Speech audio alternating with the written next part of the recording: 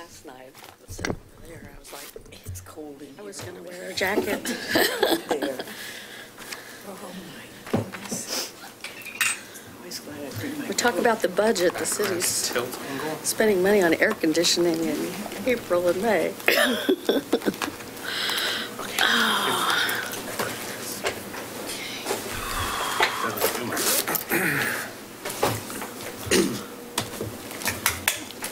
Scott, are you ready? Yep, I'm ready. He's trying to figure out Shopping chairs. We have 11 copies of these. Instructions. Actually, it's at the right height today. Yesterday, the chair I was in, I was too low. Okay. We're ready whenever you are. I hereby call the 2,268th meeting of the Milwaukee City Council to order. Please join me in the Pledge of Allegiance. I pledge allegiance to the flag of the United States of America and to the republic for which it stands, one nation, under God, indivisible, with liberty and justice for all. Thanks. All right. First up, we have Milwaukie High School Outstanding Student Achievement Award for May of 2018, presented to Krista Urick by Principal Pender for the last time. Thank you very much, Mr. Mayor and City Council members.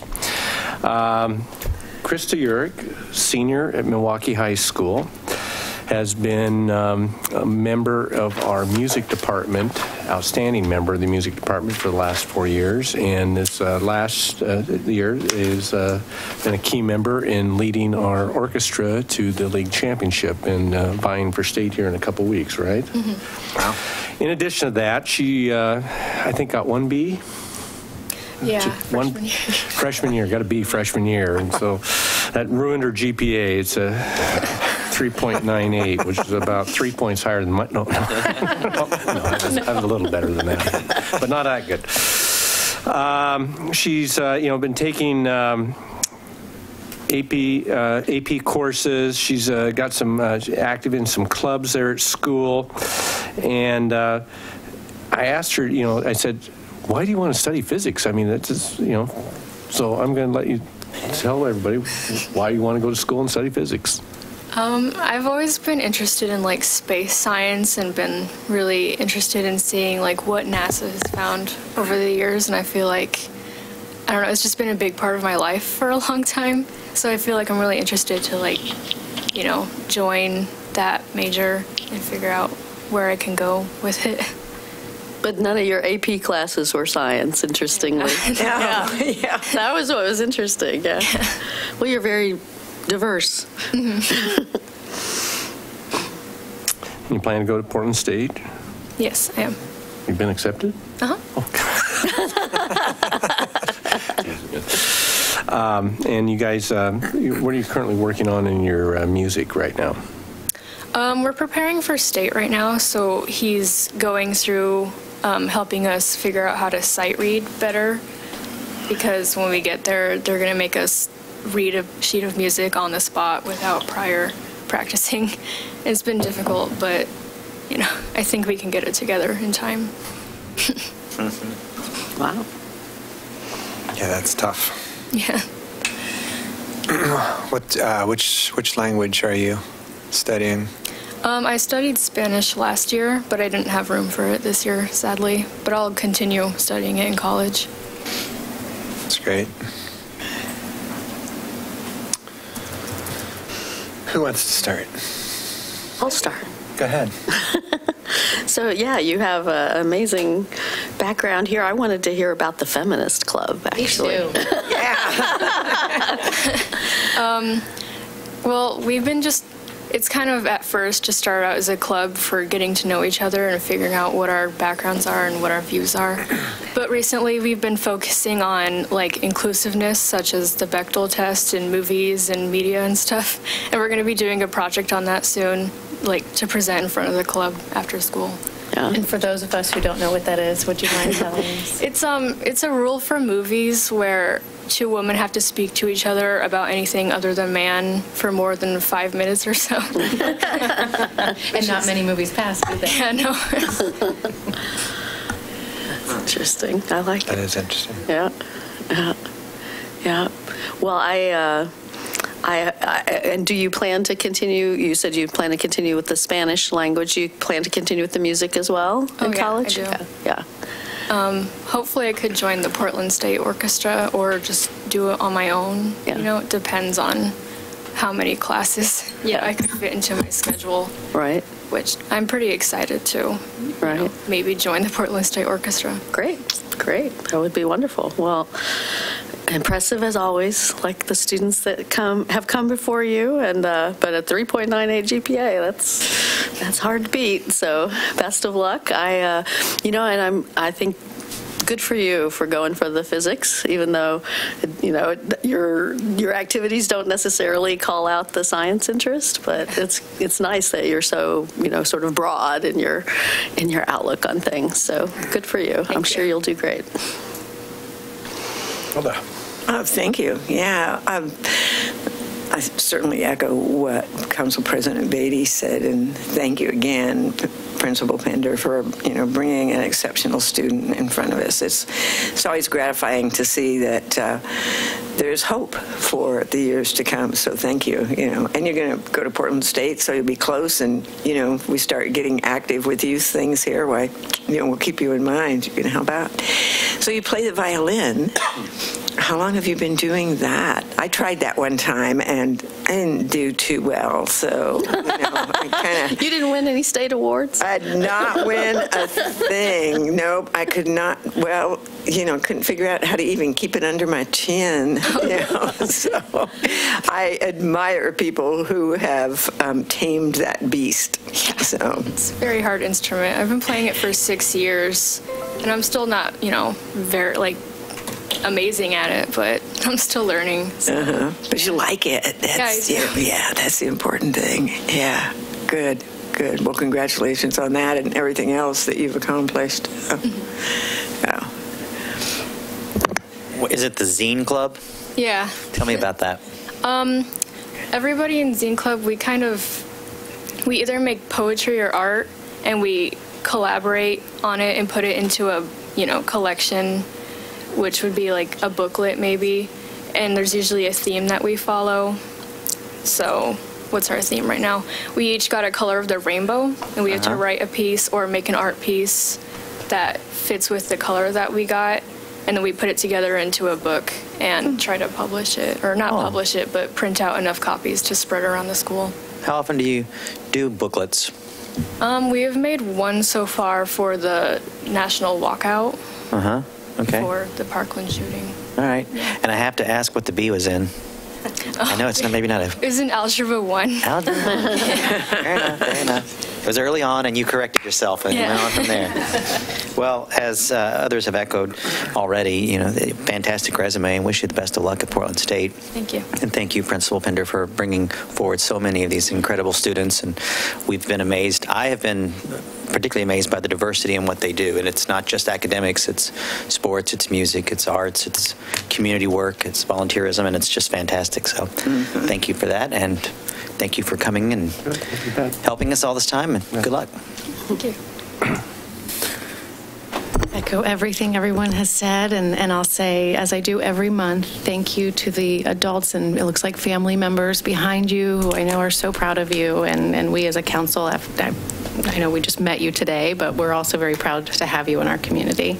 So thank you very much for everything. And thank you for looking to the stars. I'm really excited. I agree. I think it's just wonderful that, it doesn't matter what your background. I was just yesterday on NPR, I was listening to an interview with a woman who saw her first launch when she was 4 years old, and now 50 years later, she's the first woman director of the National Air and Space Museum. Wow. And she remembers looking and looking around and not seeing nearly enough women, and thinking maybe this isn't for me, but learning, with support from other adults in her life that, actually you can be an astronaut if you want to. So congratulations, and I really wish you all the best, and I'm glad you're staying local because I look forward to seeing you around town. Thank you.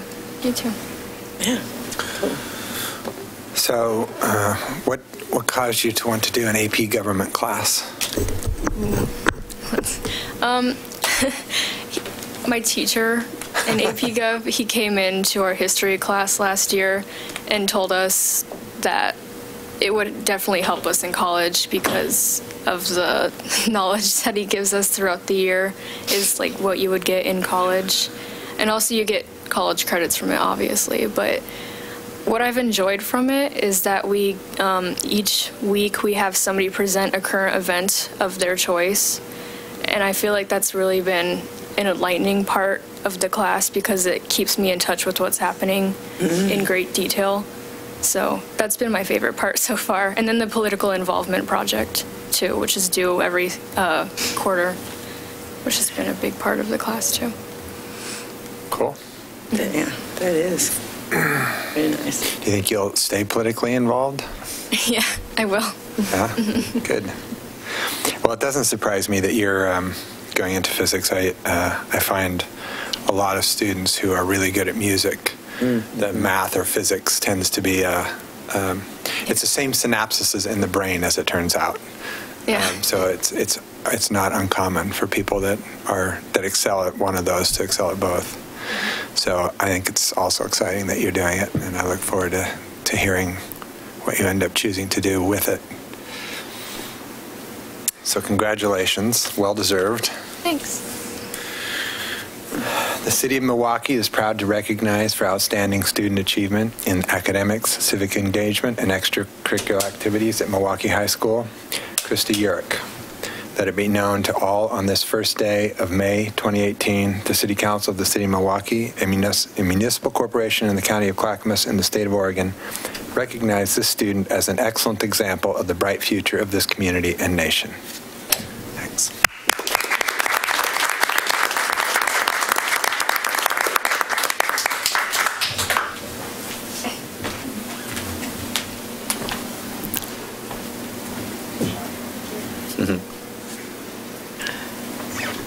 Congratulations. Can I just have a couple words to say, a couple things? Yeah. Of course. I am off script, so watch out. I just want to say in the last, it's about 9.5 years of doing these, it's been a pleasure working with the council. And obviously, we've all changed since I first started here, but I thank you for your service to the city of Milwaukie and then ultimately the students of Milwaukie for everything you did. You've been nothing but a joy to work with. The people that you hire here have been amazing. You know, the police force, the city. It's been a great experience. And in my career of almost 40 years in education, the last 10 has been the best, so I really thank you, and look forward to seeing you in other ways, like at farmer markets. And all right. I might be able to have an adult beverage in public in the city. Well, thank you. I mean, so we were trying to figure that out. Have you been the principal for 9 years or 10 years? 10 years, okay. So Milwaukie High has evolved a lot in that period of time, and I think a lot of it's due to you. And it's been really great to see. And this has been one of the best parts of being on City Council is getting to meet these amazing young people that you keep bringing us. You never seem to run out of. There's a lot more. Each one is special. Awesome. Well, we really appreciate your service, and we actually have something for you. But do you guys want to say anything before? Any particular? No? No, it's been great. I'm going to miss you at Rotary. I think you just still need to stay in Rotary and come. You know, yeah.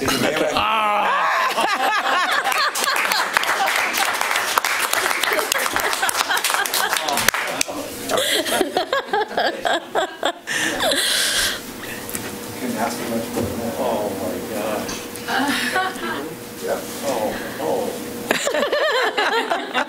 That's awesome.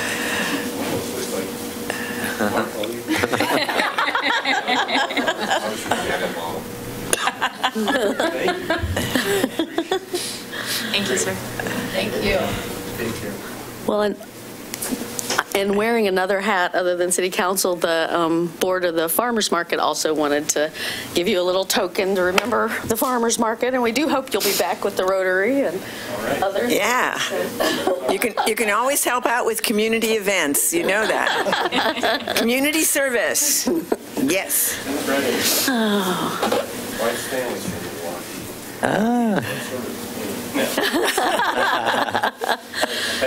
Enjoy retirement. Yeah. And best of luck. Enjoy Yeah. your years off. Yeah. Yeah, you take care. Stay in touch.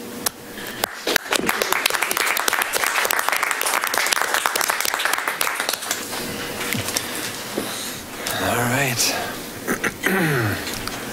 So our next item is the Poppy Day Proclamation, and this will be introduced by Karen Cheney from the American Legion Auxiliary. Karen Cheney and Aaron Walters, our local president. Oh, great. Karen Come on up. Shy, but she's very good at passing out flowers. Raising money for veterans. I will pass out the flowers. Thank you, Mayor Gamba and members of the council. Today's proclamation broadens a tradition that dates back almost 100 years for the American Legion Auxiliary, when the red poppy was adopted as a symbol of the American Legion family's memorial flower. From the battlefields of World War I, weary soldiers brought home the memory of the barren landscape of soldiers' graves, and by nature's blessing, where it was transformed into the red poppies where drops of blood once lie. By that miracle of nature, the spirit of their comrades lived on. The poppy became a symbol of the sacrifice of lives in war and represented the hope that none had died in vain. The American Legion Auxiliary poppy continued to bloom for the casualties of four wars, by the paper petals that were made into flowers by veterans for veterans, reminding America each year that the men and women who have served and died for their country deserve to be remembered. The poppy as our national memorial flower can be traced back to one person, Moyna Michael. She had heard the poem In Flanders Fields, which was written by a young Lieutenant Colonel McCrae. He was a doctor who was also a chaplain that presided over many of the burials that were in Flanders Fields. And she was so moved upon hearing the poem that she wrote her own response. The blood of heroes never dies, but lends a luster to the red of the flower that blooms above the dead in Flanders Fields. On impulse, she went to a New York City department store and bought all the bouquets of poppies that they had, and she passed those out to businessmen who were having a meeting at the YMCA where she worked. She asked them to wear the poppy as a tribute to the fallen. That was November of 1918. World War I was over, but America's sons and some daughters would rest forever in Flanders Fields. Later, she would spearhead the campaign that would result in the adoption of the poppy as the national symbol of sacrifice, not only for America, but also for other countries around the world. Last year, the American Legion Auxiliary distributed 3.5 million poppies, all made by veterans, for veterans. In fact, over 40% of them were made here in Oregon at our Roseburg facility, Veterans Home. And we raised more than $2.1 million, 100% of which went directly to veterans through the programs of the American Legion and the American Legion Auxiliary. So we are both very proud and grateful to be able to partner with the City of Milwaukee once again this year and recognize the importance of honoring the fallen and supporting the living who have worn our nation's uniform. Thank you so much. Thank you. Thank you. I'll read the proclamation. Whereas the United States of America is an enduring symbol of freedom, protected willingly by citizen soldiers who have answered the call to serve, and whereas we must never forget the sacrifice of war and the debt owed to those who defended for our rights to liberty, life, liberty, and the pursuit of happiness, and whereas the red poppy flower memorializes the lives laid to rest in Flanders Field during the First World War and in other conflicts since then, and whereas the American Legion Auxiliary works to remind all Americans of the sacrifices of those who served by annually distributing red poppy flowers, and whereas the City of Milwaukee and the American Legion Post 180 have worked to commemorate and honor those who served in the Vietnam War, and whereas the City of Milwaukee and the American Legion Post 180 wish to pay tribute to those who made the ultimate sacrifice in the name of our freedom by distributing the red poppy. Now, therefore, I, Mark Gamba, Mayor of the City of Milwaukee and Municipal Corporation in the County of Clackamas in the State of Oregon, do hereby proclaim May 25th, 2018 as Poppy Day in the City of Milwaukee.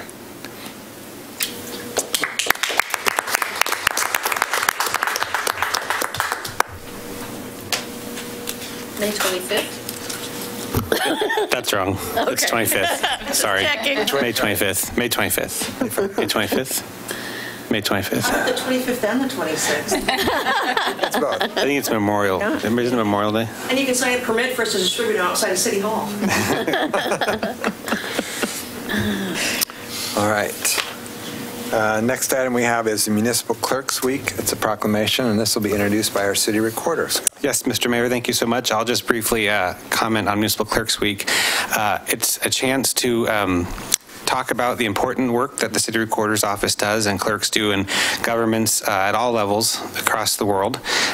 We do many things. We have an amazing role we get to play, but most importantly, we are a critical piece of providing transparency for our government to those we represent and to our constituents. So Municipal Clerks Week is just an opportunity, and we do this with other municipal agencies across the country, and just acknowledging the importance of transparent government and government that meets the different requirements of public records and public meeting laws. So that's the spirit of the week, and we appreciate the City Council's longstanding commitment to recognizing this week and to maintaining and providing transparent government for Milwaukee. So thank you. Thank you. Thank you. So, whereas municipal clerks and recorders administer essential local government services, such as managing public records and serving as local election officers, and whereas this city's office of the city recorder works hard to provide transparent and impartial service to all citizens of Milwaukee and beyond, and whereas the office of the city recorder is responsible for ensuring that all state public meetings and records laws are enforced in a timely and efficient manner, and whereas the Office of the City Recorder works with the Milwaukee Historical Society and other groups to preserve and promote Milwaukee's heritage, and whereas the Office of the City Recorder endeavors to provide the most reliable service to Milwaukee by participating in professional organizations such as the International Institute of Municipal Clerks and the Oregon Association of Municipal Recorders, and whereas Municipal Clerks Week is an opportunity for the city to reaffirm its commitment to transparent, open, and responsive government by recognizing the critical role played by clerks and recorders. Now, therefore, I, Mark Gamba, Mayor of the City of Milwaukee, a municipal corporation in the County of Clackamas in the state of Oregon, do hereby proclaim May 6th through 12th, 2018 as Municipal Clerks Week in the City of Milwaukee. Thank you. And before we go on, I just want to say that we are so fortunate to have Scott as our city recorder. Not only does he work really hard for transparency, which I think, we all want to see, but when I think of Scott, I think of customer service and efficiency, and not just to city staff, but to the outside world. Any request that's made, he's right on it, and I also appreciate what he's done to try and preserve Milwaukee's heritage. So thank you, Scott, for the work you do. I think you're a phenomenal city recorder. Thank you. Yeah, and the work, the support for the museum, I think you do a lot to help promote, the last point about the history and getting some of that up on our Facebook page and so it's great. We have an amazing community, and that's one of the organizations that comes out in is the Historical Society, and it's been really great to see in the last couple years with the council support a few years ago with the grant to see that group come together quite amazingly. They got some great stuff going on there. We do. Thank you. For sure. Thanks. All right, on tonight's consent agenda, we have a resolution authorizing an intergovernmental agreement with the City of Lake Oswego for emergency communication services. And we have Oregon Liquor Control Commission applications for two places, Harrison Street Mart, located at 4140 Southeast Harrison Street for off-premises privileges, and Milwaukie 76, located at 10966 Southeast McLaughlin Boulevard for off-premises privileges. Does any member of council wish to remove an item from the consent agenda? No. I will entertain a motion to approve the consent agenda. I move to approve the consent agenda as written. I'll second. It's been moved and seconded to approve the consent agenda. All those in favor, say aye. Aye. Aye. Opposed? None heard. Passes unanimously. Audience participation. I don't have any green cards. There's someone filling it up right there. Okay, then I'll read the whole thing. This is the part of the agenda during which council will hear citizen statements regarding city business. Those wishing to speak must fill out a green speaker card available on the table in the hall and identify agenda item number 4, audience participation. As council has other business items on the agenda this evening, speakers will be limited to 3 minutes each. Because the information provided during the public comment may be new to some councilors, the city manager will respond at the next council meeting to those comments that will require follow-up.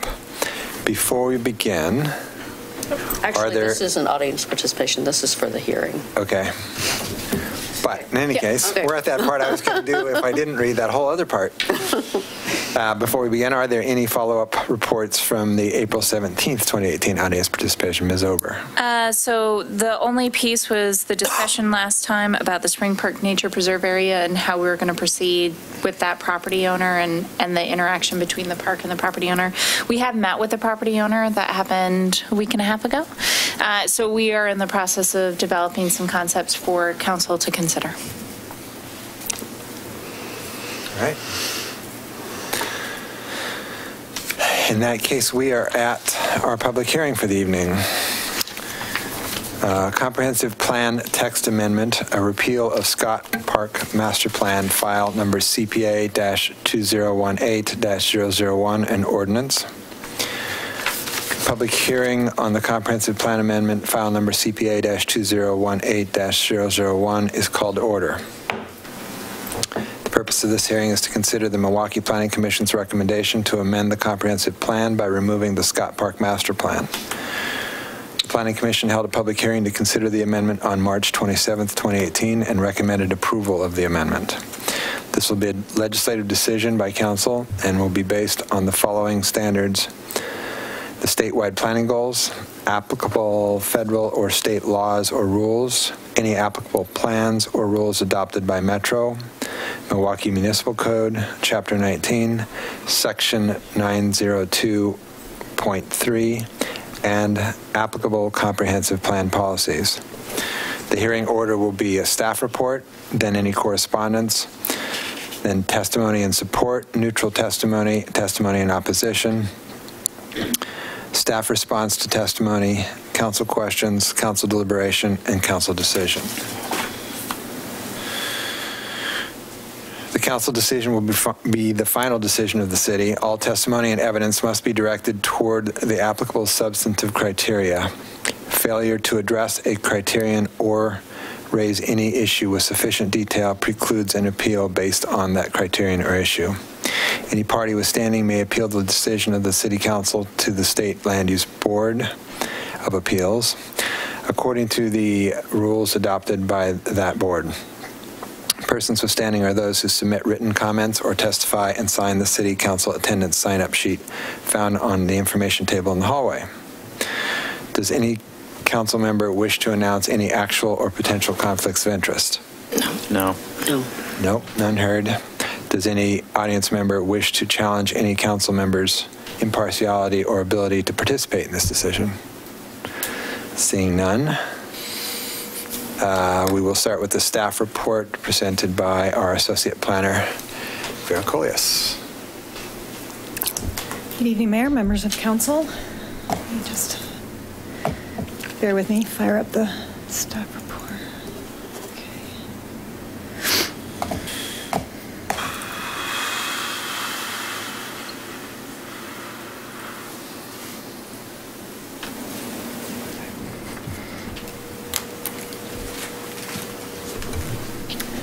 I'm Vera Colias, Associate Planner, here to present the staff report for the Comprehensive Plan Amendment repealing the Scott Park Master Plan. The site is made up of 2 parcels that you see here outlined in teal. The Scott Park Letting Library site is located in the downtown, just north of City Hall, on a 2.3-acre site. So the parking lot is, the edge of parking lot really is the edge of the lots? It really is. Okay. Yep. I mean, the aerial photograph is not survey accurate. It's probably off by a couple feet, but generally, yes, essentially. Okay. All right. In 1990, the city embarked on a process to create a master plan for the site, for the park. The goal of the proposed improvements was to address the issues of poor visibility, unsafe pedestrian and vehicular access by preserving and enhancing the site's natural resources, improving pedestrian and vehicular access, and improving site identity. In November of 1990, the City Council adopted the master plan, which includes detailed estimated construction costs, which I wish we had now, and proposed phasing of improvements as an ancillary document to the Milwaukie Comprehensive Plan. And the plan that you see here on the screen is the overall master plan that was adopted in 1990. And the full master plan was part of your packet, part of the staff report.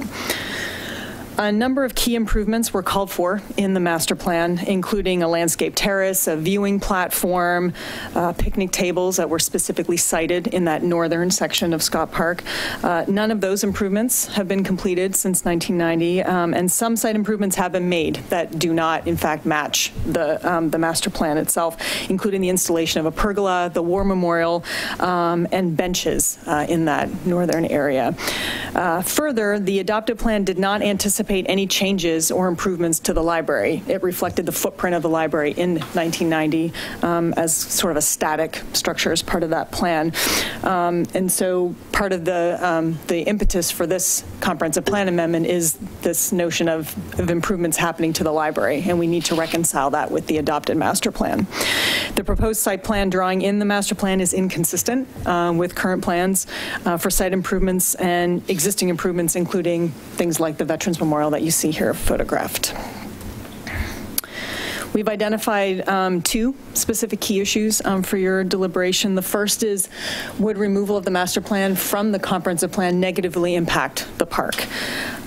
City residents voted in 2016 to make improvements to the library. So improvements to the library should be incorporated into the park design, which is something that the 1990 master plan does not do, as I stated earlier. The proposed amendment reflects the current need for an improved library facility in some way. Scott Park will remain a protected city-owned park, but the outdated master plan would not apply to it. Future improvements to the park are part of the Milwaukie Urban Renewal Plan. It's identified as a project within that Urban Renewal Plan, and NCPRD has identified a new master plan or an updated master plan as part of their work plan going forward. The area would continue to serve as a public open space. Its natural resources would remain protected and subject to city codes for regulating improvements near identified natural resources. So impacts to the park itself, or the park itself, would not be negatively affected by removing the plan, a very outdated plan from the comprehensive plan.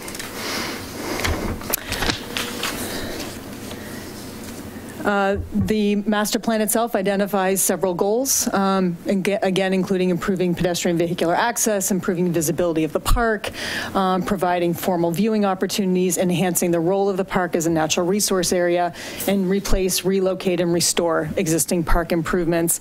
The proposed amendments confirm the community's vision for development of a library facility, and the library project includes site and landscaping improvements that are not in conflict with the master plan's stated goals. They mitigate, improve existing resource areas, remove invasive species. There's a litany of improvements that are part of the library project that, again, coincide and essentially enhance and mimic the goals of the Scott Park master plan. They just don't meet the specific plan itself within the master plan. Again, Scott Park would remain a key part of the city's recreational and natural resources inventory, even if we remove it from the comprehensive plan. So one of the things, it says vehicular access up there, and I didn't notice this in your report, but maybe I missed it. But several years ago, we actually vacated the road, right? Because there had been some thought at some point that 21st would go on through, and then there was some deed restriction reason why we had to vacate the ability to. I kind of remember that on Planning Commission. Extend the road on, and that was, at that point, by that point, they decided to build the parking lot the way it is, and anyway, so I mean that has. That idea of vehicular access had been kind of negated along the way also. Yeah, there are a few things that have sort of happened over the years that don't, in fact, match the master plan itself. Yeah. The second key issue is talking about consistency with Metro Title III, which talks about nature and neighborhoods. And it's not in conflict with Title 13. The purpose statement of Title 13 is to conserve, protect, restore, maintain, and improve natural resources. Removing the master plan from the comprehensive plan is not in conflict, with Title 13. We're proposing to remove an outdated master plan from the comprehensive plan in order to provide the ability to move forward with a library improvement project, as well as move forward with a new updated master plan for Scott Park that reflects what's happening and the current needs and future needs of the city for an urban park right downtown. As part of the library project, a wetlands delineation was prepared that was submitted to the Division of State Lands for review. So there are a lot of natural resources, or a lot of resources have been spent to both map the natural resources, delineate the natural resources, and work on the mitigation for those natural resources. So all of these efforts are showing consistency with Metro's Title 13, and simply removing the master plan from the comp plan does not violate and is not in conflict with Title 13. But we wanted to make sure that we identified that because it is a park area. Comments received. Staff did not receive any comments on this land use application. We did go to a meeting of PARB and presented the application, or presented the idea. We also talked about the library project, forwarded all of the materials that we needed to PARB seeking comment for the land use application. We did not receive any. The Planning Commission, in addition to the recommendation to approve the amendment, also voted to recommend that the City Council work cooperatively with NCPRD to develop a new master plan for Scott Park within a reasonable amount of time once the improved library once the library is reopened following the project. So that was a recommendation that they wanted to include with their recommendation for the amendment itself. Council has a few options for your decision. Approve the application subject to the recommended findings. Approve the application with modified findings. Could deny the application, finding that it does not meet the approval criteria. Or you can certainly continue the hearing. It's a legislative type 5 decision. There is not a 120-day clock on this. But staff's recommendation is to approve the amendment based on the findings for this land use application and remove the Scott Park Master Plan from the comprehensive plan as an ancillary document.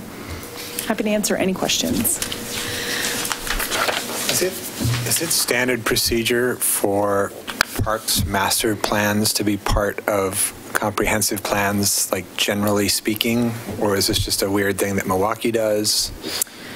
I can't speak to Oregon comprehensive plans. I can tell you what we did in Massachusetts. We would not have done this, but I think the planning director can certainly speak to what our situation is here. I think it's really unusual to have master plans included into the comp plan like that.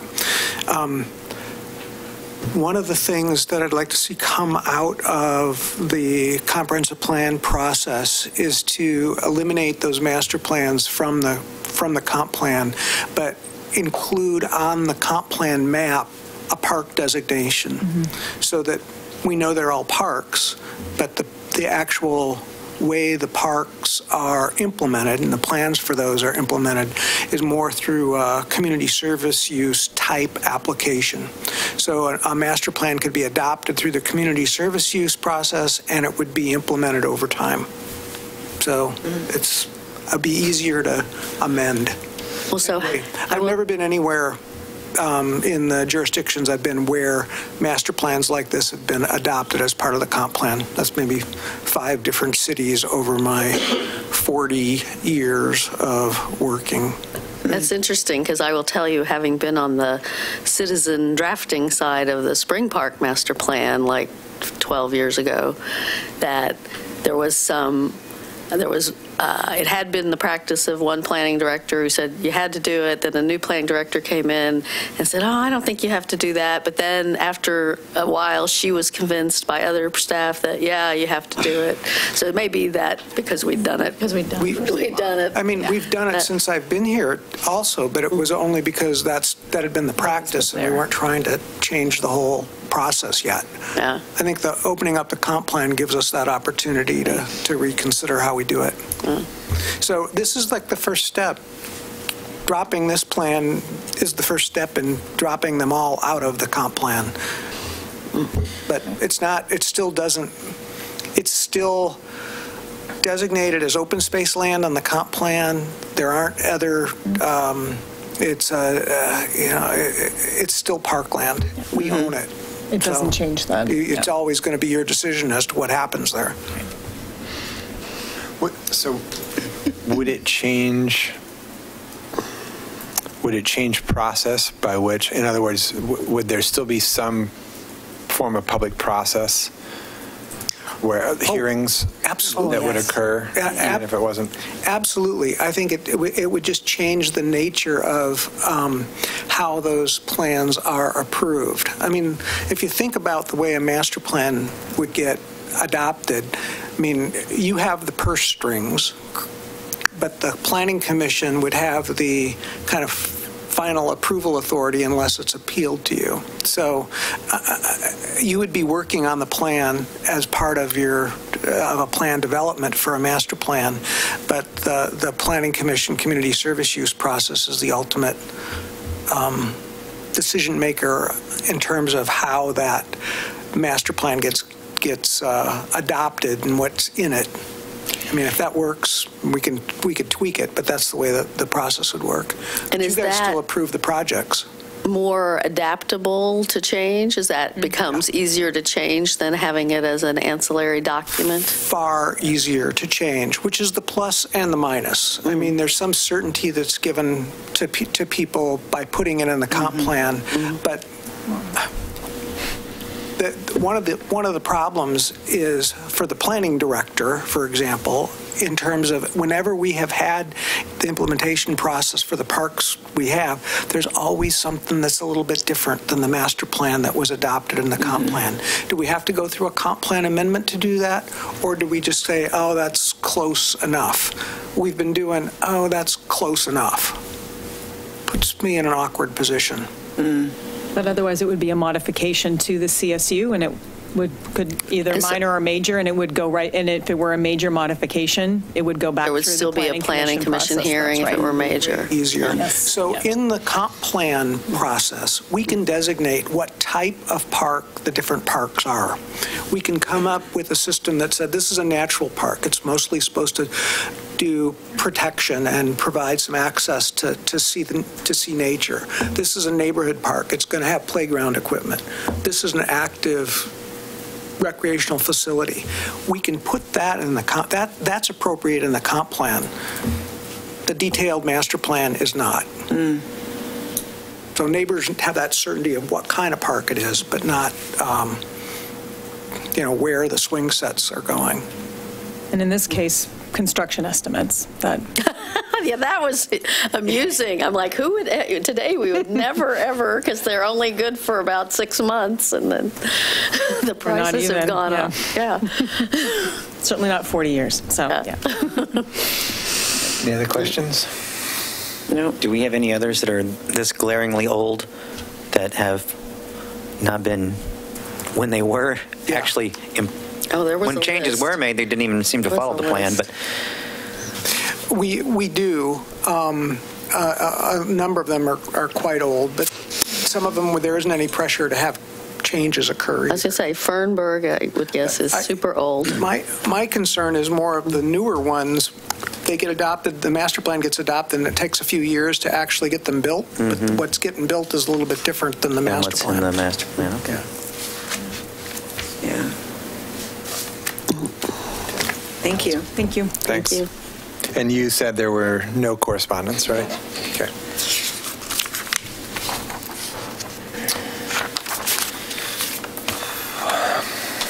Does anyone wish to comment on this matter? I assume so, since I have a green card.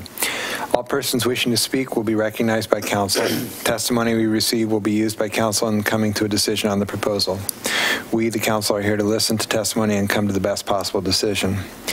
Audience demonstrations, personal attacks, or other disruptive behavior will not be tolerated. When you come to the table, please state your name and city of residence for the record. Since we have other items on the agenda this evening, I encourage those speaking to confine their remarks to the proposed amendment and avoid repetition and irrelevant information. Representatives of groups may have 10 minutes, and individuals will be limited to 5 minutes.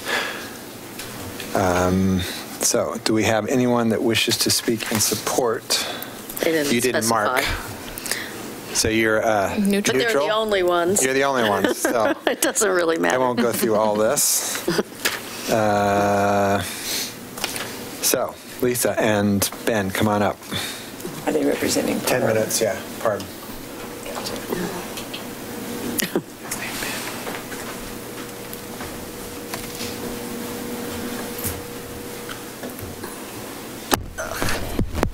Good evening, councilors. My name is Lisa Gagnon-Rinker. I live at 3012 Southeast Balfour Street, and I represent, I'm chair of PARB. I'm Ben Johnson. I'm at 11470 Southeast 30th Avenue, and I'm a PARB member. And I don't think we're really here to be against the Scott Park Master Plan. We're more to talk to council a little bit about something that's been having an issue for us on PARB lately, and it's kind of been that we feel left out of a lot of processes that have been happening. And if you look back historically, it started a long time ago and it's still continuing. I feel like, well, we wouldn't have actually seen this Scott Park Master Plan. I happened to be a land use chair in my neighborhood, and I happened to catch it that it was going to land use chairs to send in an application or to yes or no, or it was going to go to the Planning Commission. So I kind of sent a note, and I know we have staff members that are newer and younger, but it's continuing for us because if you look back at the history, we weren't involved in the, now Milwaukie Bay Park master planning process. We weren't involved in the Kronberg Park light rail plan, and now we feel once we started looking at the Scott Park master plan removal, and we're looking at it being on the library site, there was a lot more in depth, and we feel that there was a lot more we could have contributed to this, because PARB is an advisory council to you.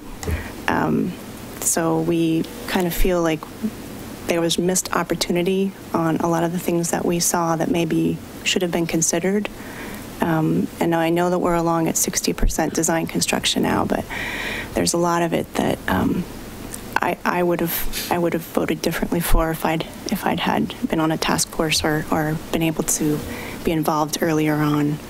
I know all of us attended the public meetings to essentially say, trees should be preserved. They're very important to us with the site.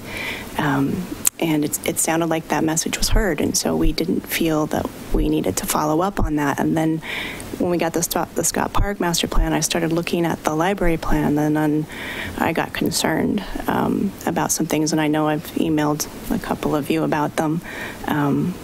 One of them being, the big northern red oak that's up there, and our arborist who was on PARB, who recently left as of yesterday, he's very frustrated. We're going to miss Andrew. He's frustrated about the lack of concern seeming for the trees in the city and on public spaces adjacent to a public park, and then not talking to PARB, at least really about this process. So that's where we're at. But he, from the standards, and I think Ben can say the standards too, is a landscape architect for his career, but the size of that northern red oak, for the record, it's 5.5 feet at a trunk, and the standard is that you take, for every inch of that, you take a foot to help preserve the root system to ensure that it's not going to be destroyed or die. And the one thing about red oaks and beech trees that are on that site are red oaks and beech trees are very, very, they don't like disruption to their roots. They're very, it can impact them greatly, and then you won't know in a lot of cases that you've damaged them until 7 years they start to decline, and 7 to 10 years. But anyway, the listing on where the building's going to be and everything like that is at 23, 25 feet, right in that range, and those roots are going to come out to protect them actually is 66 feet.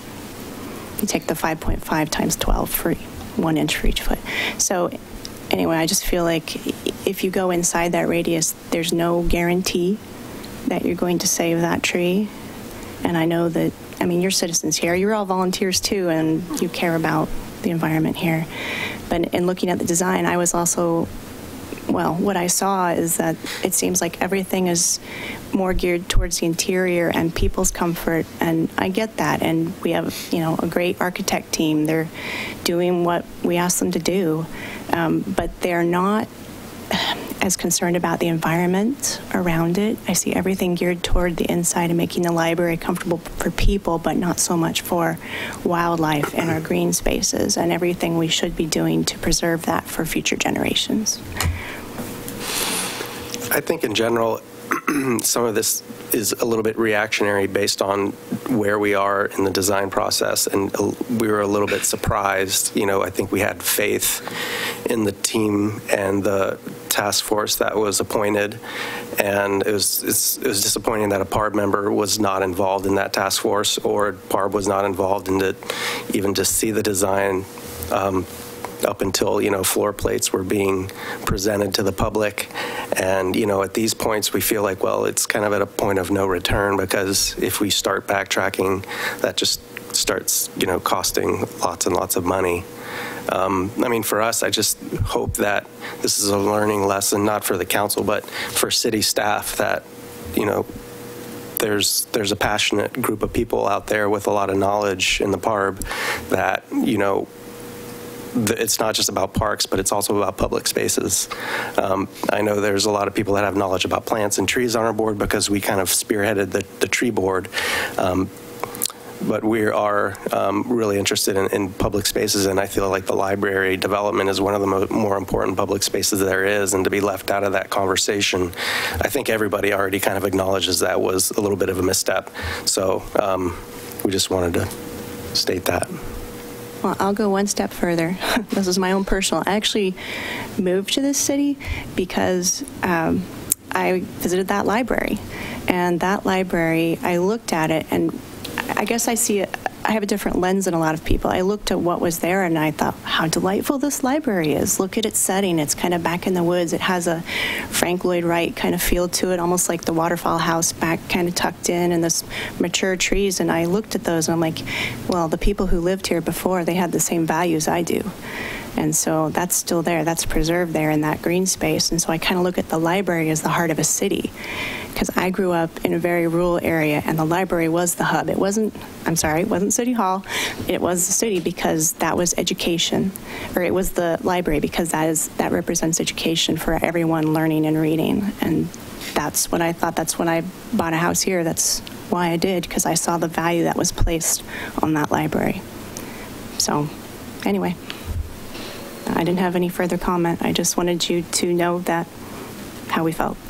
And regarding Scott Park, that's a pretty old and tired park. I had no idea it was there until I parked in the parking lot to visit the library one day, and I completely agree that that park needs to be revisited. And I hope that PARB is brought in from day one throughout the whole entire process, because I think we already have some collective really cool ideas to make it an engaging space, to get people there and use the synergy of what's going on in the library, especially the children's section of the library, to make it a really cool place, much cooler than it is now. Yeah. Can I ask a clarifying question about what you said when you started, Lisa, which was that PARB only got consulted because you asked to be consulted? Okay. That's definitely a problem. It wasn't in the email that I got as land use chair for my neighborhood. It said the chairs, and then it was going to Planning Commission that day. And so I kind of sent an email and said, hey, I think this should go somewhere else. And it did. It was in it, it went. But again, I didn't realize at that point how much there was for us to look at and review. And then the more I got into it, it raised more questions and more concerns. So anyway, thank you. Thank you. Any other questions? I have a question. Ben, when you said public spaces, that PARB should be involved. So I understand that the library is adjacent to Scott Park, but are there other public spaces that other than parks, for example, I'm thinking South Main, I'm thinking about the Harrison, I mean, what? Yeah, I would. Because for me, just, I'm not against the idea, but for me, that would not have intuitively what I have called in the park board on some of these kinds of projects that are public spaces, but not parks. I would say, like, if, like, City Hall, for example, like this building, we have that really great public space down there where there's, like, the gravel path next to the bus stop. Sculpture garden. Yeah. And, you know, the Main Street down there, which is next to Dogwood Park. I mean, public spaces are people spaces, parks are people spaces, and, you know, it's, I don't really think of putting things in a box, you know. I mean, when it comes to the library like that, it's like, how do people use the space, like the lawn area that's just adjacent to it? I mean, that's almost like a little park in of itself. And if you look at Scott Park, you wouldn't know that that was a NCPRD maintained park. You would think, well, that's just like green space next to the library. So there's like some gray area that, you know, I think that we could have a role in participating in the conversation on. Because we understand, or at least we should understand, like how all the parks work in the city, and how all the parks work within the city should work together with all these public spaces like the library, City Hall, Main Street. Well, in the green spaces too, like trails, like we have Trolley Trail now, we have places like that that are also public spaces that are utilized by people for recreation and other things. I think things like that should be included in general. And it's not just us. I know Tree Board would definitely want to be involved in things that were where trees were involved in public spaces as well, of course, and green spaces in general. Okay. So again, this is an advisory role, and I don't feel like we're fulfilling that. You can say no. And did you guys submit comments or in the meeting give comments on the actual sort of mitigation planting plan and that kind of stuff? Because there were some things there that kind of caught my eye, like a path near the water, which I know NCPRD generally doesn't want you putting paths near the water. That's not a good idea from not a good idea. Yeah. So, but you guys didn't discuss those kind of things. Okay. No, we went from, it was more of a, this is what's happening kind of as it was presented to us, and this is, you know, what we're doing and why. And I mean, we don't vote. We're not a voting entity in the sense that we vote on things like Planning Commission does. So we had discussion amongst ourselves, and then we did talk about the children's garden, potentially outside the area. And there was discussion, I know at Planning Commission, that Lisa Lashbrook presented about the sidewalk going not towards the Arboretum, but maybe out into the park space. Okay. Yeah. There. Would you, so Lisa, well, Angel and I met with these two on Earth Day. And it was why I encouraged them to come speak to the whole council, because I think a lot of the things that they brought up to us, I felt like it was important for the entire council to hear. And it's something that I wish we would have heard 9 months ago. In the fall, yeah. Yes. Yeah. Before we started paying architects vast sums of money. Would you detail some of the issues that you saw when you looked at the master plan? I mean, besides, in addition to the oak. For the library? For the library? What do you mean master plan? The library? The library plan, yeah, sorry. Are we running afoul of something because we have an appeal? It's a legislative process. You can, I mean, it's kind of outside the scope of the hearing. It's a different legislative process, yeah. But we have an appeal on the land use. You have an appeal coming up. Well, then, yes, you would need to have whatever discussion you have here about the library entered into the record in your appeal proceeding. I would maybe suggest that we have this conversation at the appeal, because I also think that there's an opportunity that we, not all of us, have had the benefit of what I think we'll all benefit, everyone, including the folks here tonight from the full presentation from staff, because I don't think that having this conversation in isolation of that conversation makes any sense. I felt like it was important for this whole council. And I agree. And so I would ask that we have this conversation at the appropriate time. I didn't know it was appealed. So we'll invite you back, I didn't know until tonight Just yesterday we didn't. Okay. Yeah, just so, thank you both very much. Thank you. Thank you. All right, so does staff have any response to the testimony? Okay, if there are no further questions, does council members have any questions regarding the testimony of or the staff response? No. No. I guess, we seem to have a pretty finite question before us about removing the master plan, but I guess some of the documents in support of that, the mitigation planting thing, I do have some. I'm not nearly the expert these two are on the plantings, and I had questions like, that doesn't seem right to me, and this didn't seem right to me, and I do think we need to have a little more consultation on that and let our PARB and our resident experts and NCPRD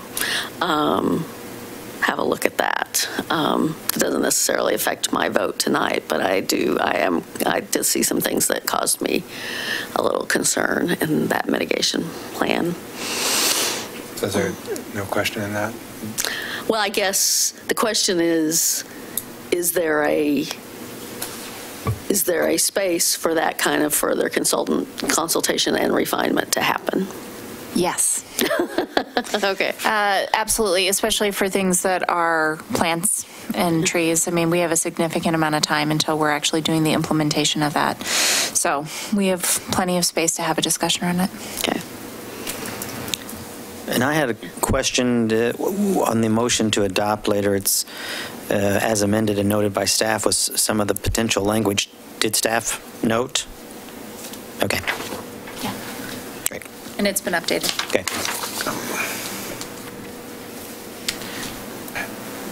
Those changes will maybe read in the record, though. Just want to make That's it sure. on the questions? Oh. But Scott has just reminded me that because we posted those late, we will need to read the resolution into the record, and I get to read it twice.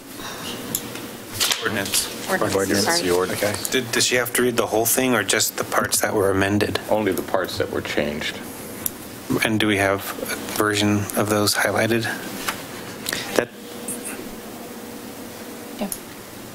That's what I was looking for. Right. They need to be read into the record. I think there are 3 minor ones. It won't take long, but they do need to be. Is it like redlined in our copy? No. No. No. I did not do that, but I have them highlighted in my own version, which I'm happy to share with whomever is going to read the motion. I don't think I'm Can she stay? Please stay at the dais. Staff to read it. Yeah. Thank you. No? Okay. Yep. Okay. Well, wait, don't you have to move to close the public I hearing? have to do all that stuff. I'm just waiting for all the questions to be done. So are we done with questions? Yeah. Yes. Yeah. Okay. More questions? If there are no further questions, I will entertain a motion to close the public testimony portion of the hearing. I move to close the public hearing. I'll second. It has been moved and seconded to close the public testimony portion of this hearing. All those in favor say aye. Aye. Aye. Opposed? None heard. The public testimony part of the public hearing on the comprehensive plan amendment, file number CPA-2018-001 is hereby closed.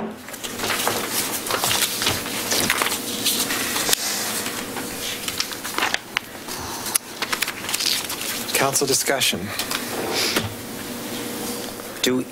I have a Review the changes? Do we have to know the changes before we close the hearing to do the deliberation? Or when is she going to note the changes? My understanding is the changes were before the council. You have the changes in front of you. Yeah, they went out. We have had the changes. Packet was the changes. The one that we received today? Yes. Correct.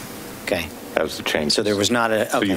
So the council's had both versions. You had the prior version was yesterday. earlier, and now you have the current version. So we don't need Vera to read these. Well, except it has to be read into the... Under the charter, you have to, if it's an amendment, then you have to read it twice. If you have amendment and it hasn't been out there for a week. Yeah. Yeah. Yeah. So, deliberation.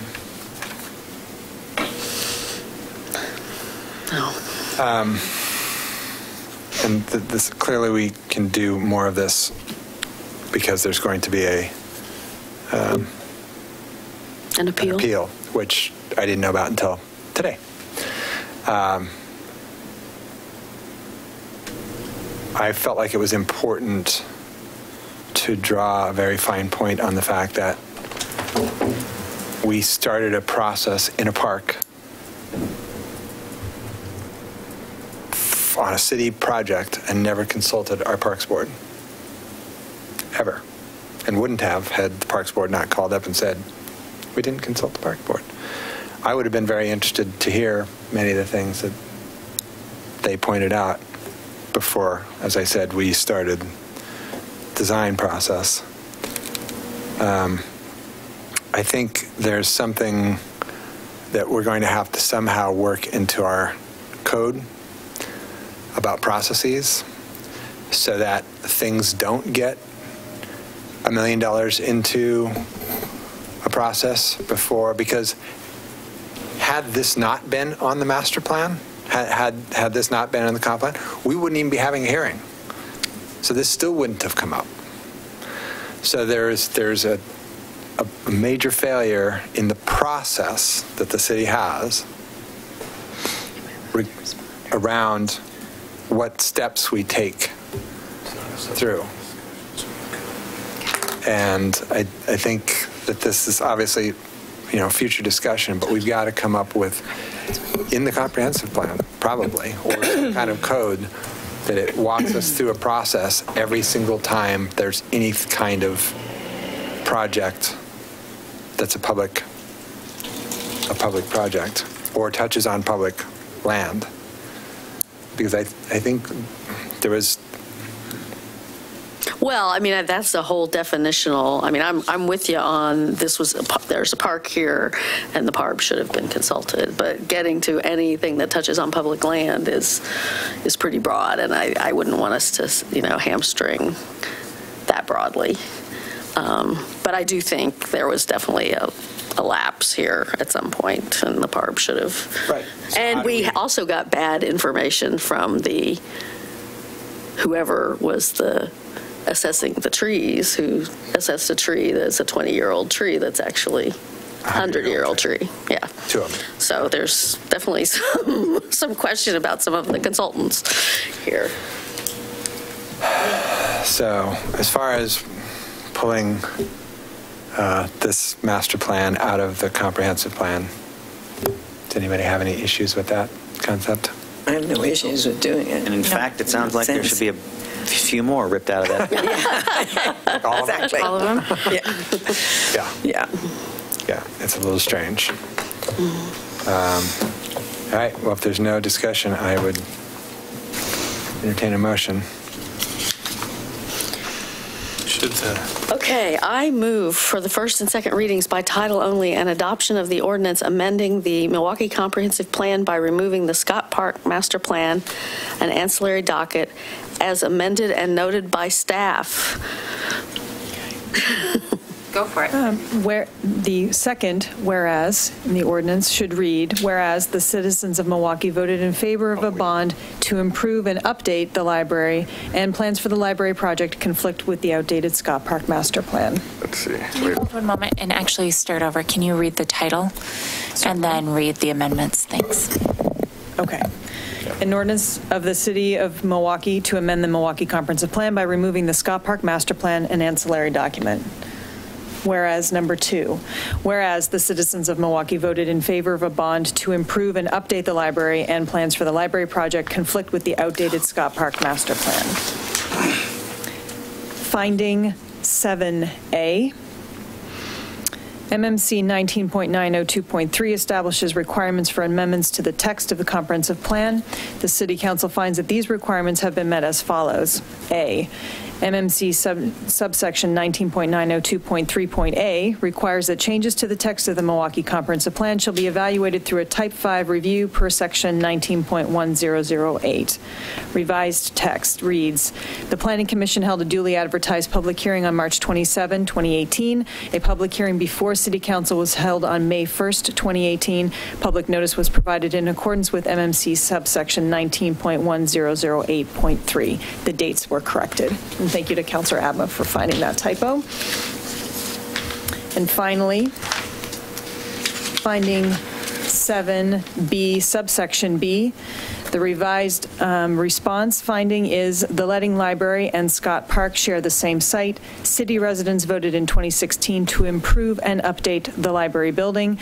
So improvements to the library should be incorporated into the park design, which is something that the 1990 master plan does not do. The proposed amendment reflects the current need for an improved library facility. Those are the three updated amendments. Was there a second? I was just wondering. I'll second if there hasn't been. I thought I did. Lisa made the motion, right? Yep. Yeah. Okay, it has been moved for first and second readings by title only and adoption of the ordinance amending the Milwaukie Comprehensive Plan by removing the Scott Park Master Plan and ancillary document as amended and noted by staff, file number CPA-2018-001. Is there any further discussion? All those in favor? Aye. Aye. Opposed? None heard. It passes unanimously. Ms. Ober, would you please read the ordinance 2 times by title only? And amendments. With the amendments. Yeah.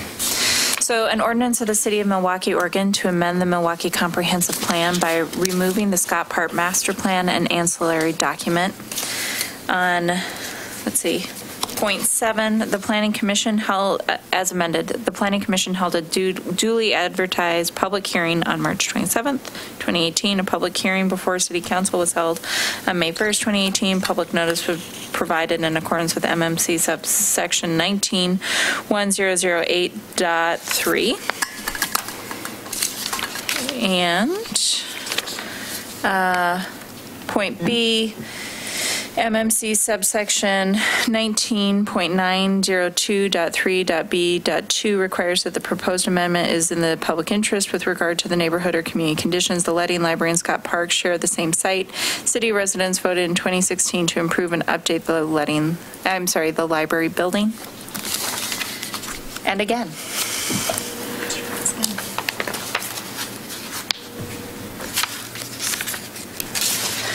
An ordinance of the City of Milwaukie, Oregon to amend the Milwaukie Comprehensive Plan by removing the Scott Park Master Plan and ancillary document with amendments. At point 7, the Planning Commission held a duly advertised public hearing on March 27, 2018. A public hearing before City Council was held on May 1st, 2018. Public notice was provided in accordance with MMC subsection 19.1008.3 and subsection B, MMC subsection 19.902.3.b.2 requires that the proposed amendment is in the public interest with regard to neighborhood or community conditions. The Letting Library and Scott Park share the same site. City residents voted in 2016 to improve and update the library building. Mr. Stauffer, would you please poll the council? Councilor Abma. Aye. Councilor Falconer. Aye. Council President Beatty. Aye. Councilor Parks. Aye. Mayor Gamba. Aye. Motion passes 5-0. Ordinance number 2160.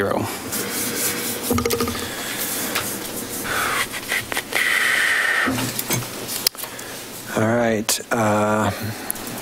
Any party withstanding may appeal the decision of the City Council to the State Land Use Board of Appeals according to the rules adopted by that board. The written decision will contain an explanation of the appeal rights. If you have questions, please call the Planning Department staff.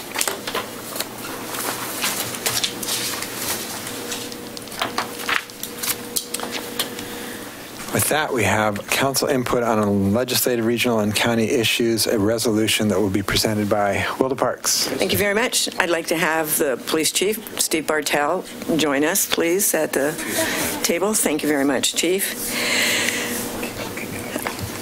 Chief Bartol and I had the opportunity just a very few weeks ago to attend an opioid summit, a tri-county opioid summit, wherein officials from and interested people from throughout the three-county area who are concerned about abuse and the kinds of things that are going on with opioid problem in our nation, and especially in our region, they got together and discussed what was happening and how they felt there might be some changes in that and how efforts could move forward. So I just want to point out a few things to you from the notes that I took when we went that day, that county commissioners from all three counties were there, the sheriffs, police chiefs, drug enforcement officers, healthcare officials, housing officials, congressional representatives, judges, a few city council members from the tri-county area, representatives of nonprofit organizations, and many other interested people from throughout this entire area.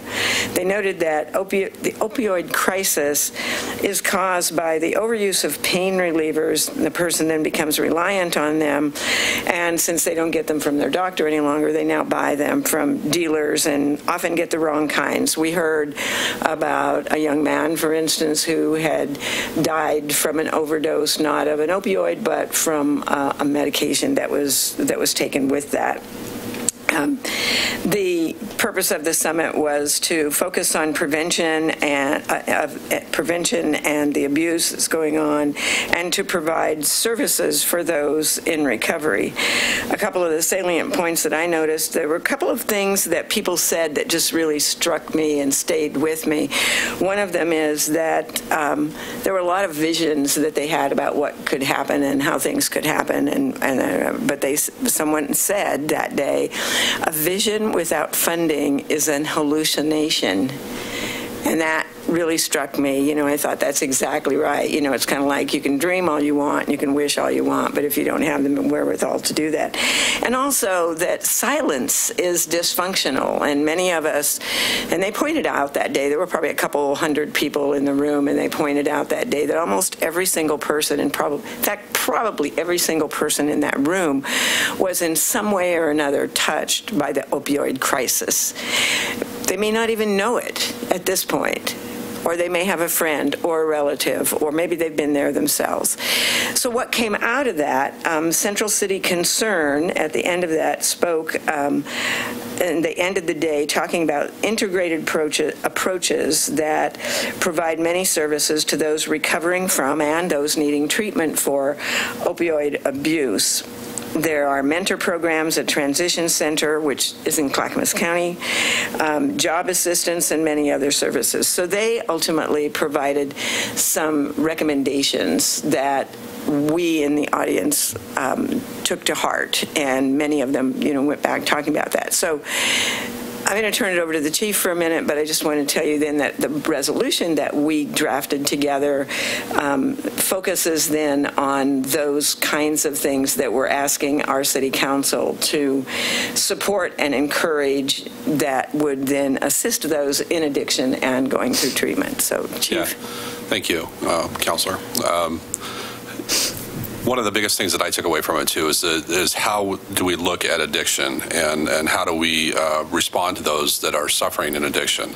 The traditional route is that it's a criminal issue, and there's a stigma attached to it, and this is your own fault, and it's through bad decisions. And occasionally there are people that get into these situations based on bad life decisions. But there are also people that get there from just everyday occurrences. One of the guys I went to the academy with, and I'll say his name because he got up and spoke at this conference. His name's Brian Martinick. He and I were in the academy together. We started our police career together. We were in the narcotics teams together. He in Multnomah County and me in Clackamas County, and our paths crossed all the time. And it was interesting to watch him rise through the ranks. And he left Portland Police at the rank of an assistant chief, and later became a chief in another agency in Washington. And he spoke about his experiences.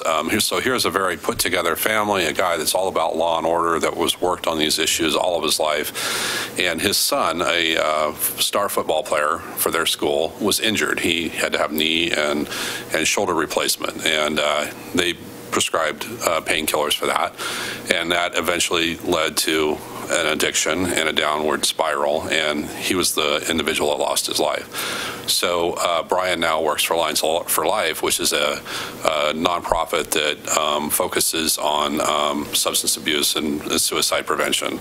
And he's used his experiences to kind of continue on and fight the good fight. But that's just an example that it can affect anybody from any walk of life. And like Councilor Parks said, there was, I bet you if you would have asked people in the room that knew that their lives had been affected by this issue, then the number of people that would have stood up, myself including, our family has not been untouched from this issue as well. That it would have been amazing for people to kind of see. And I think that the most of us kind of live our everyday lives. And if this issue doesn't come right in front of us, we don't realize the scope of it. Recently, in the last year or so, the Clackamas County Chiefs started looking at this program together, and we partnered with HIDA, which is High Intensity Drug Trafficking Area Group. They provide funds and different methods for helping fight substance or narcotic sales and taking off organizations that do that.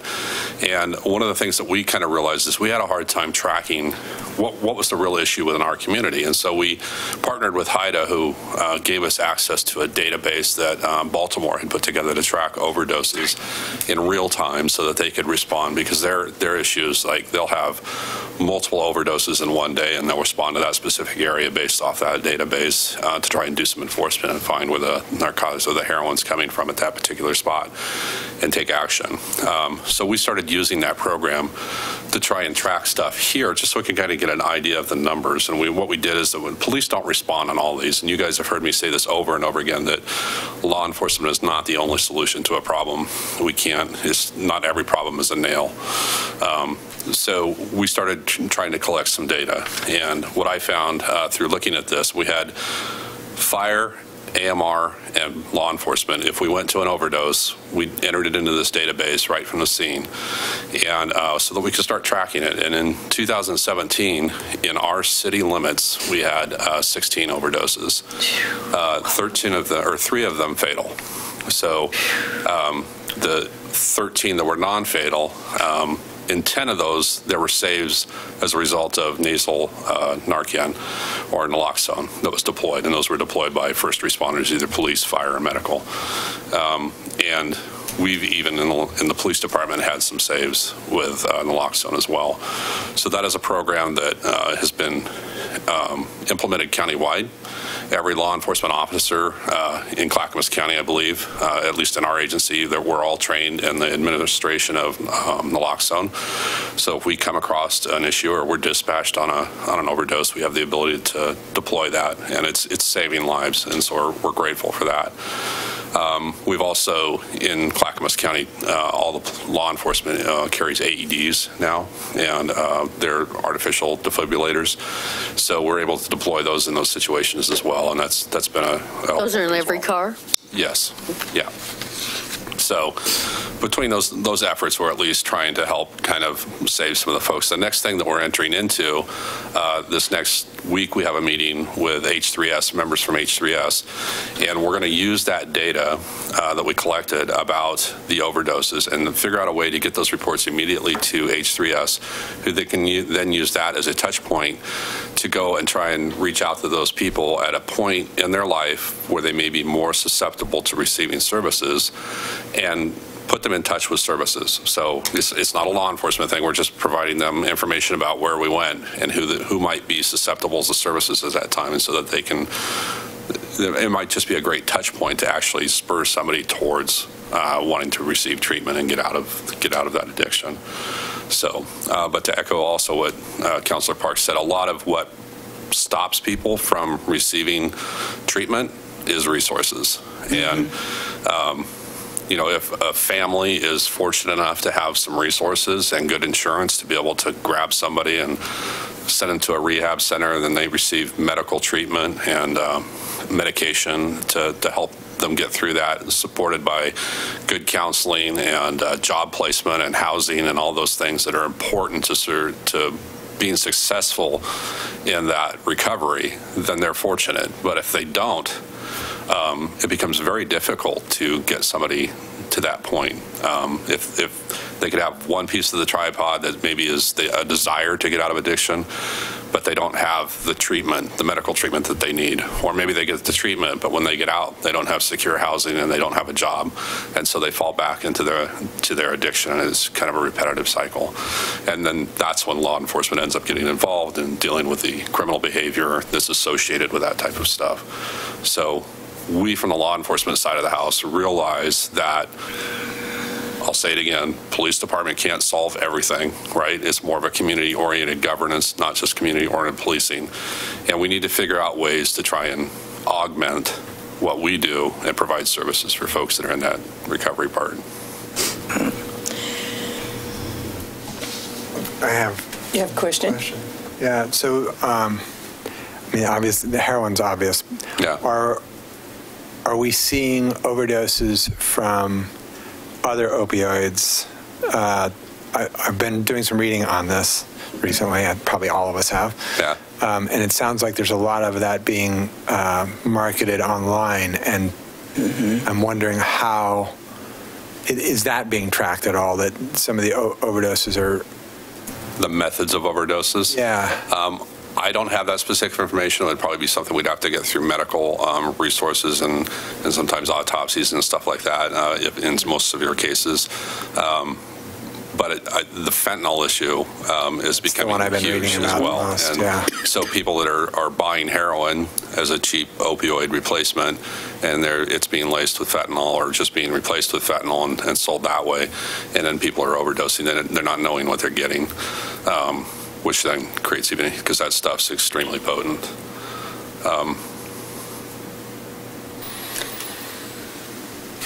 And I mean, it probably wouldn't be the Milwaukie PD, but is there like federal or whatever state prosecutions of pill mills and that kind of thing? Yeah, I mean, we have in the past. We are not this moment currently involved with ITF, which is the Interagency Task Force.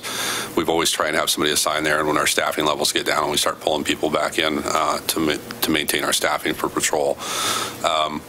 They focus on the larger dealers. They'll occasionally deal with a neighborhood issue, but they try and focus on a more broader level and look at those more of those organizational type hits, basically, for lack of a better word. They'll also participate with us in what's called a Lynn bias investigation. So if we have an individual that passes away as a result of an overdose, and they'll come in and assist us and take over the narcotics portion of the investigation and try and trace back where those drugs came from, and then hold those dealers accountable, and they'll work up the chain. And we've actually been pretty successful, even in Milwaukie. Unfortunately, we hold the first Lynn bias case in Oregon came out of our city several years ago, when a 16-year-old boy overdosed and died up on King Road. If you guys probably remember us talking about that back then. I remember that. So they've been a very good partner for us because we have 3 people in detectives and 1 evidence tech, and so when we get a force multiplier of ITF that comes in and helps us with track down that stuff that we wouldn't normally have the resources to do, it's a great partnership. So are there other communities that are coming up with creative ways to, I mean, beyond the things you've already talked about, are there any other ideas that I think that this part of what this conference that we went to was kind of that to get that spurring and that collaboration of trying to identify those resources. And what Lines for Life was really focusing on is any elected official that was fortunate enough to be on the dais and start talking about this issue. They were very pointed about, okay, what action are you going to take, and what can I get you to do, and can I get your commitment to do that right there in the middle of the conference. And so for us, coming back, this seemed like a natural thing for us to put together to say, hey, we're with you. And hopefully resolutions like this, and as we continue to address this problem regionally, as we come up with these solutions, then this kind of shows that we're in support of those types of things. Can I ask about, we haven't talked about the family who are left behind. and resources for them, especially children. Yeah. You talked about, the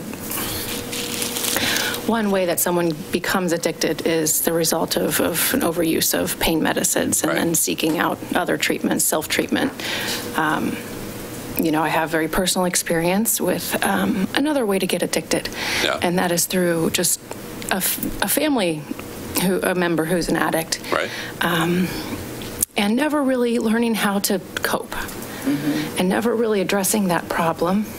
And that just repeating itself for generations and generations. And so when you do save a life, you give that person opportunity to maybe get better. But what outreach to the families, what outreach to the little kids who maybe have lost a father or maybe saw them almost die. I don't have a list of those resources, right? I wish Richard Swift was here with us right now because he would be able to kind of, just lay some stuff out there. But is that something that you put in as a first contact? Is that something that you're able to put in the hands of those people? We have groups like TIPS and different places that we can bring out to the scene of a death or a death notification, and that plugs them into resources through H3S of the different counseling that's available. Obviously, there's there again, if you've got resources through health insurance and different things like that that you can leverage to kind of get that. I know that there's organizations, and I'm having trouble thinking of off the top of my head, but one of my best friends passed with cancer, and they had a summer camp for young kids who had lost parents, and so that was very helpful for them. They went 2 or 3 different years, and they were surrounded by people that had similar losses and similar experiences. That was specific to cancer. But I'm sure that there's different things like that. I'm sorry I don't have that readily available to me tonight. But it's something we can definitely reach out to Richard, and he'll be able to. I think it would be a good. Yeah. He's got tons of resources available through his organization. He oversees a lot of stuff and has access to that stuff. And perhaps, at the event of a trauma like that might not be the best time to pass along that information to a family member, but certainly something that we can finding those right touch points to go back and connect with people, and that's kind of the idea behind this, using the OD map to kind of reach out to those individual people at a time where they might be most susceptible to the recovery point. Yeah. And you probably know better than I do, Lisa, but I had forwarded you that email regarding Washington State having passed a drug take-back requirement from the manufacturers, I believe it was, Lisa. They said it was, a large part in response to the opioid crisis, and that I think it was almost unanimous, which you don't get in legislative actions, with the thought that Oregon would take this up, and there was real likelihood of it passing in Oregon the next legislative session. It's just a little part, but getting as many of those drugs off the streets as we can. Every little bit helps. A good news story is that this weekend we did hold our drug take-back program, and we took 14 huge boxes of unused prescriptions to the burn barrel yesterday. Wow. So that was a pretty successful. And if you missed that event and you have prescriptions that you need to get rid of in between those, we have a drop box in our lobby that you can access there. The sheriff's office also has one. I can't remember if Oregon City does or not, but there's several of the police departments around do have those. So, and one of the issues that I was trying to work with H3S on is trying to get a drop box at a couple of the different Walgreens through grants. I don't think those grants completely came through for our area. Some other areas got them, but those are always creative ways that we're looking at as well. Anytime we get an opportunity to grab something like that, we try and do it. But there again, if you've got something that needs to be dropped off, you can always just come by the police department and drop it off in our lobby there. There's a little mailbox looking thing you can put in there, and then we take care of it and dispose of it for you. That's great. But it would be great to have one that's open weekends and nights and around the clock kind of thing. If we could get one at a Walgreens or somewhere. Make perfect sense. They're already secure. Right. Yeah, I mean, if you come to the police department on the weekends and use the red phone in the lobby there, somebody will always come out and open the door for you so that you can drop those off. I mean, if you're unable to get there during the business day, it's our guys are pretty supportive of that. Good to know. Cool. Would you like to read it, or would you like me to read it? Why don't you read it? Yeah, well, I'll see how better it is. I may have to shift it over here to my buddy. This is a resolution to the City Council of the City of Milwaukie, Oregon, in support of efforts and policies to assist those dealing with drug and opioid abuse and addiction. Whereas the unprecedented drug abuse and opioid epidemic is ravaging communities across the United States, with an estimated 64,000 people dying each year from overdoses. And whereas states and communities across the nation are overwhelmed by the current epidemic of opioid abuse and addiction and are struggling to respond to and ameliorate the problem. And whereas we believe that addiction should be treated as a chronic illness rather than a criminal act, removing the negative stigma and opening the door for treatment and recovery. And whereas one of the most important factors to recovery is a sense of personal self-worth, stable employment, and a safe housing level. And whereas millions of patients suffering from addiction are unable to access the care they need due to extreme shortages of providers, beds, funding, and treatment options.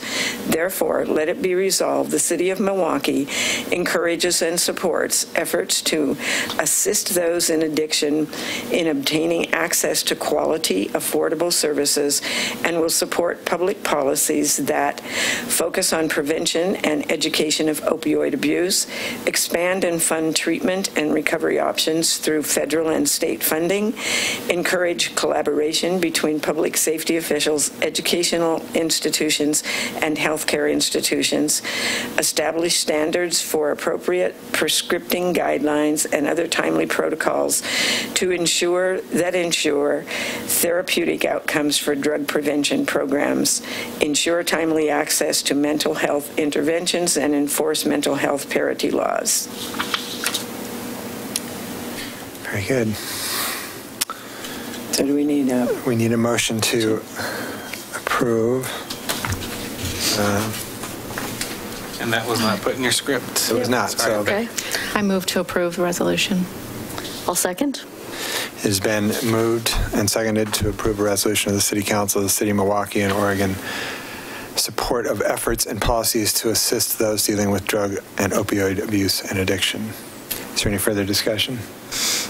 All those in favor? Aye. Opposed? None heard. It passes unanimously. Thank you very much. So done. Thank you, Wilda. Yeah. Thank you, Steve. Thank you, Chief. So Thank you, in Luke. April, I came and spoke about child abuse prevention. In May, it's opioid addiction. In June, hopefully it's going to be something cool. I'm going to bring some officers by that have done some really good work for some recognition, so you guys will get to hear some good success stories. Oh, yeah, that would be great. That'll be nice. It'll be a change from my normal routine. Of bringing us bad news. I know. I'm sorry. So, thank you very much. Thanks. Thank you. Thanks for being here tonight for this. I appreciate it.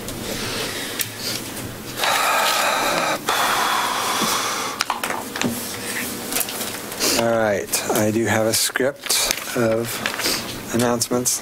Do we have any other legislative type update things we need to discuss? I mean, we're out of session, so, but, no? Okay. I think, well, the interesting part about that question is, you know, the housing thing that we had tonight started getting those juices flowing, and I think the sooner we can find out which of the fixes we need a legislative fix for, so that we can either write one or at least request of our representatives that they pursue that. Well, I mean, we know those housing things are on several people's. Right, but we may have a specific thing that could get rolled into one of those if there's some other solution that we find that we need. And those will be written by September, so Right. the clock is already ticking. It's ticking. That was the point I was making. Yeah. So, the sooner we get Well, in that list of what our legislative fixes need to be. It may be interesting to see if Representative Power or Senator Taylor want to come in and talk about their priorities sometime this summer, since they're going to be working on their legislation. I know Representative Power in particular has had conversations with me about a couple of pieces of legislation she's looking at, including diesel emissions. So it might be a nice time to have her come by. Do that. Both of them together. That would be awesome. Yeah. We also have talked about the 20 mile per hour and at least tracking that, if not lending our support. PERS reform is another one that we've talked a little bit about. So those are the ones that I have on my chart, but if there are other items that you guys want to have prepared, just let us know. Well, if I remember too, last year we looked at what LOC came up with, and their policy committees are meeting right now, and so within the one that Mark and I are on, I think we have 2 more meetings, and then there's a recommendation that comes out of that. So we will have those kinds of pieces of information very soon also. Oh, I didn't realize they got going that early. Well, that's. Oh, yeah. I thought we didn't get those. No, they've been meeting for a while. We don't get them until fall for some reason, but we will. I'm sitting on 2 of those committees, and we should be finished up here in about. It's about 3 weeks. Yeah. At least out of those each of those committees, there will be a list of recommendations, and that whole list goes out to everybody and gets voted on and gets watered down. Remember, the like thing we did.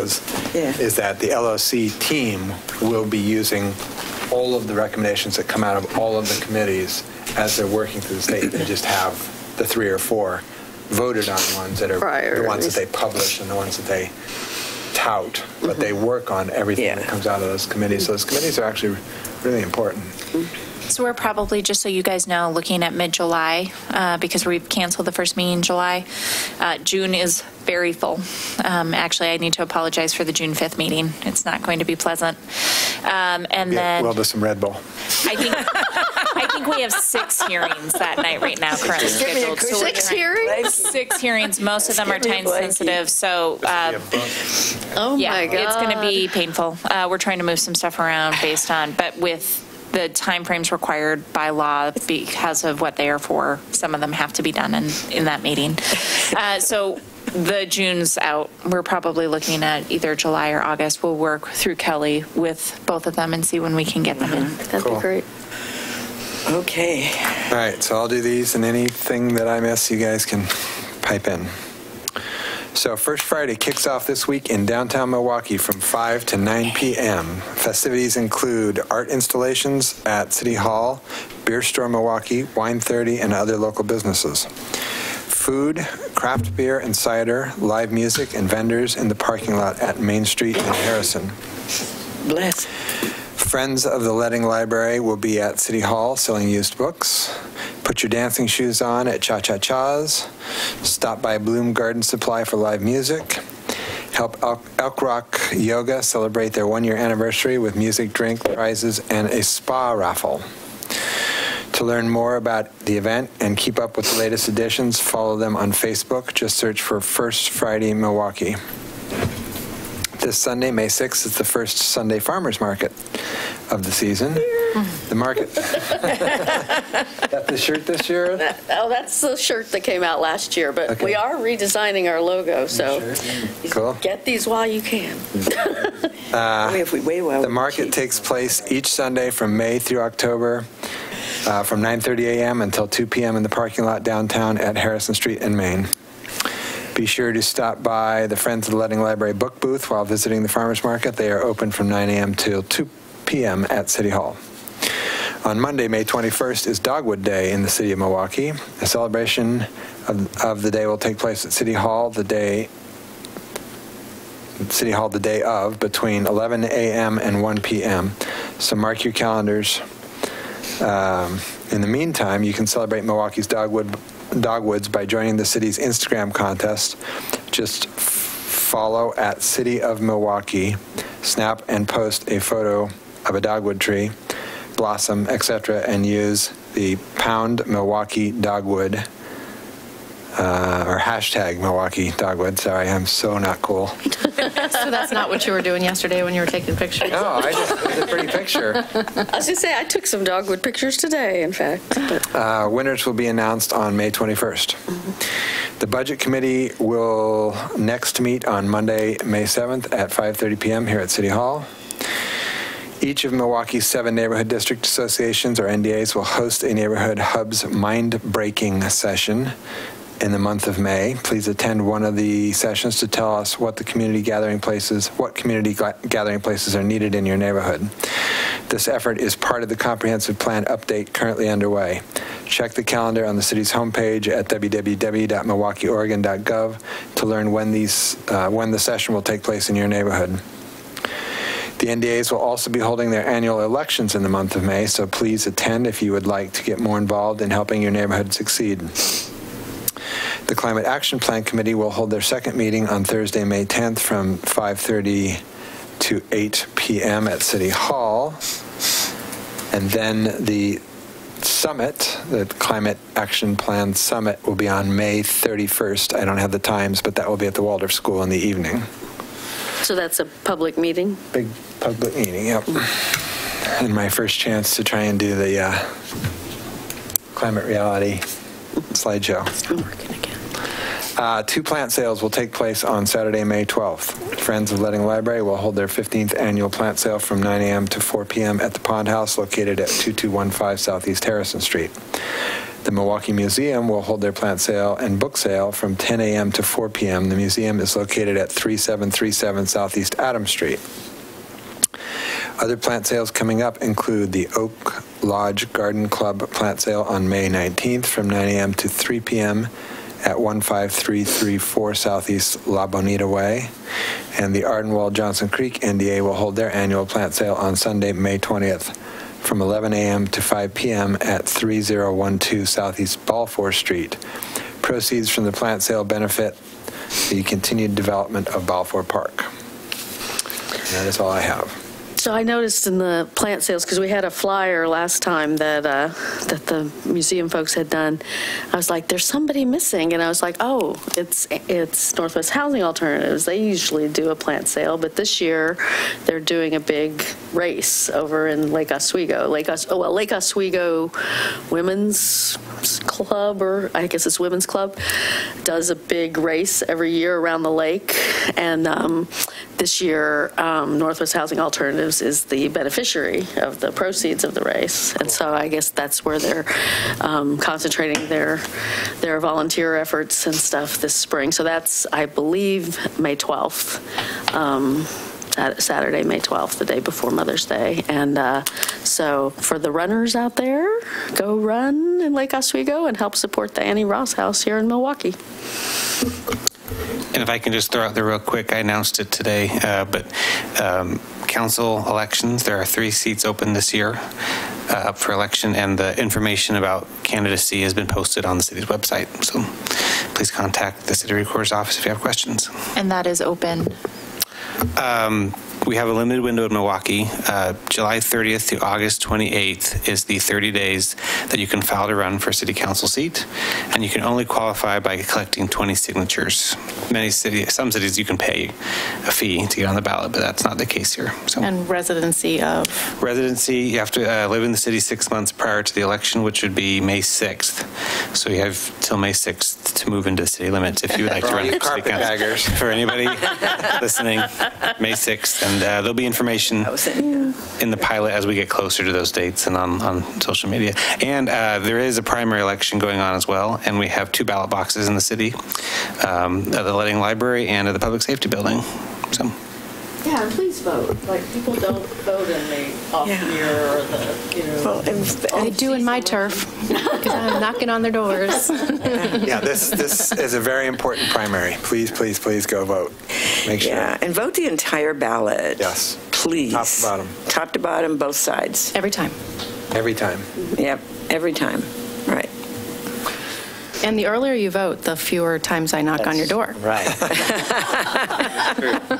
And the robocalls stop. Exactly. You know? As soon as you vote, they don't call you Yeah, anymore. I think I got mine in the day after I got my ballot. Not taking any chances. Anything else? Then I would entertain a motion to adjourn. I would move to adjourn. I'll second. It's been moved and seconded to adjourn. All those in favor? Aye. Anyone opposed? No. We are adjourned. Thank you.